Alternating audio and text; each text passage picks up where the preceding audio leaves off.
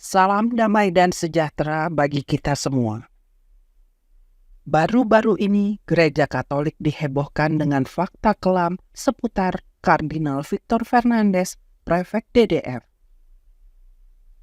Ternyata kardinal ini sewaktu masih menjadi imam biasa tidak hanya menulis buku tentang ciuman berbau erotis berjudul Heal Me With Your Mouth yang sempat menghebohkan beberapa bulan lalu.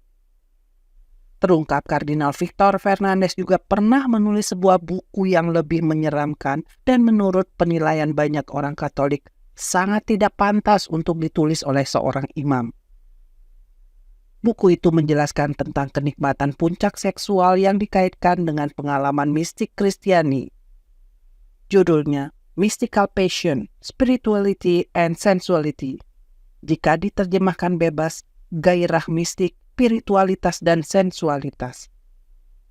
Buku Heal Me With Your Mouth ditulis tahun 1995, sedangkan buku Mystical Passion, Spirituality and Sensuality ditulis tahun 1998. Kardinal Victor Fernandez sendiri dalam tanggapannya tentang masalah ini menjelaskan bahwa pandangannya kini telah berubah dan sudah tidak mungkin baginya sekarang ini menulis buku semacam itu. Apakah benar demikian? Kita tidak tahu. Tapi yang menarik, ada kutipan dari buku tersebut yang dapat menjelaskan dengan baik pandangan teologis Kardinal Victor Fernandez dan sekaligus membantu kita memahami deklarasi Fiducia Supplicans yang membenarkan pemberkatan bagi pasangan LGBT. Berikut terjemahan bebas dari kutipan di mana Kardinal Victor Fernandez menjelaskan tentang keterkaitan antara puncak kenikmatan seksual dan spiritualitas mistik.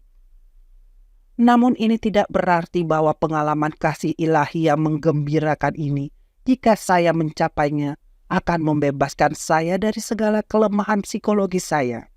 Misalnya saja, hal ini tidak berarti bahwa seorang homoseksual akan berhenti menjadi homoseksual. Mari kita ingat bahwa kasih karunia Allah dapat hidup berdampingan dengan kelemahan dan bahkan dosa ketika ada pengkondisian yang sangat kuat. Dalam kasus demikian, orang tersebut dapat melakukan hal-hal yang secara objektif berdosa, tanpa rasa bersalah dan tanpa kehilangan rahmat Tuhan atau pengalaman cintanya.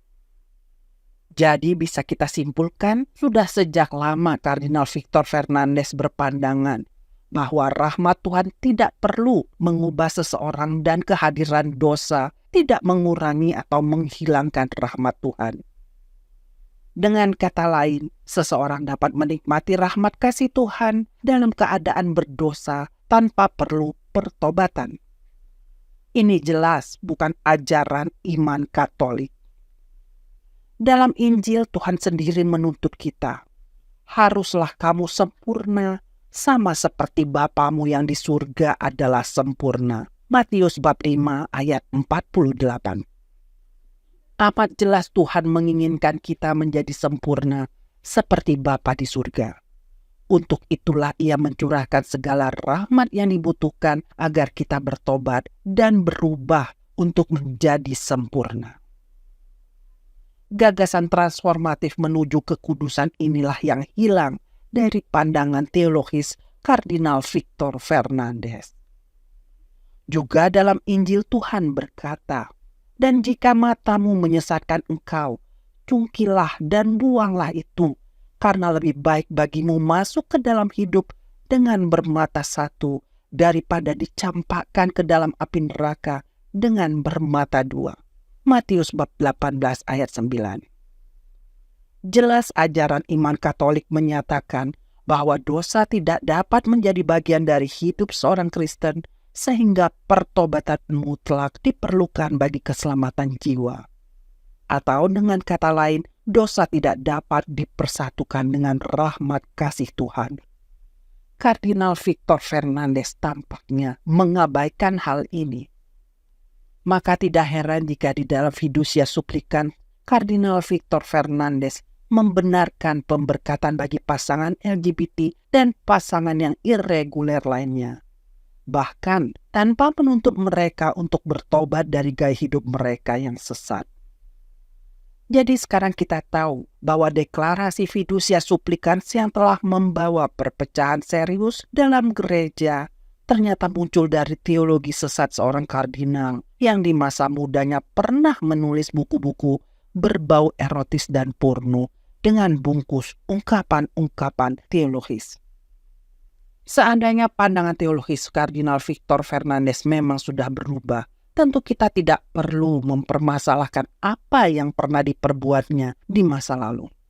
Toh, banyak orang kudus juga punya masa lalu yang kelam. Tapi rekam jejak masa lalu Kardinal Victor Fernandez menjadi bermasalah karena pandangan teologi sesat dalam bukunya di masa lalu ternyata masih mempengaruhi pandangan teologisnya hingga hari ini dan ikut menyesatkan banyak orang.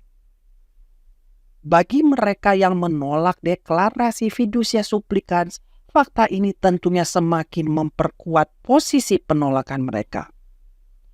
Sebaliknya bagi mereka yang mendukung, seperti banyak uskup dan imam-imam di Indonesia, fakta ini juga semakin memperjelas bahwa mereka sebenarnya sedang digiring untuk menerima suatu kekristenan sesat yang inklusif dan tidak lagi memiliki panggilan menuju kekudusan.